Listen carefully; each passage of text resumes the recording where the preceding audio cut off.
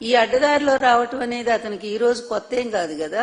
ఆ రోజు అంతే కదా, 94 ఎలక్షన్స్ లో ఎన్టీఆర్ గారు నేను ఎంత కష్టపడి రాష్ట్రం అంతా పర్యటించి మొత్తం 258 సీట్లు కమ్యూనిస్టులతో సహా గెలిపిస్తే 8 నెలలు తిరగకుండానే అడ్డదారిలో నన్ను ఒక బూచిగా చూపించాడు. రోజు వాళ్ళ పచ్చ మీడియాలో ప్రచారం చేయించాడు. మరి ఆ ఇష్టం వచ్చినట్టుగా అబద్ధాలు రాయించాడు. చివరికి ఎన్టీఆర్ క్యారెక్టర్ అసాసినేట్ చేయించాడు. ఇక నన్నైతే చెప్పేదే లేదు, ఇప్పటికీ చేస్తానే ఉన్నారు. ఇంత దారుణమైన వంచన, పిల్లనిచ్చిన మామ అనే గౌరవం లేదు, ఒక తండ్రి లాంటి వాడనే భావన లేదు, పెద్ద వయసు అనేటువంటి గౌరవం లేదు. ఇట్లాంటి ఒక వ్యక్తి, ఇటువంటి పనికి మాలిన బుద్ధులున్నటువంటి వాడు, ఇటువంటి నీచమైన స్వభావం ఉన్నటువంటి వాడు, ఇతని ఫ్రమ్ ద బిగినింగ్, ఇతని బాల్యం నుంచి మీరు ఇతని జీవితం చూస్తే చాలా క్లియర్ గా మనకు అర్థమయ్యేదంటే, ఇతనికి ఊహ తెలిసిన దగ్గర నుంచి అబద్ధాలతోనూ వెన్నుపోట్లతోనే ఎప్పుడూ కూడా పిచ్చి రాజకీయాలు చేస్తూనే ఉన్నాడు.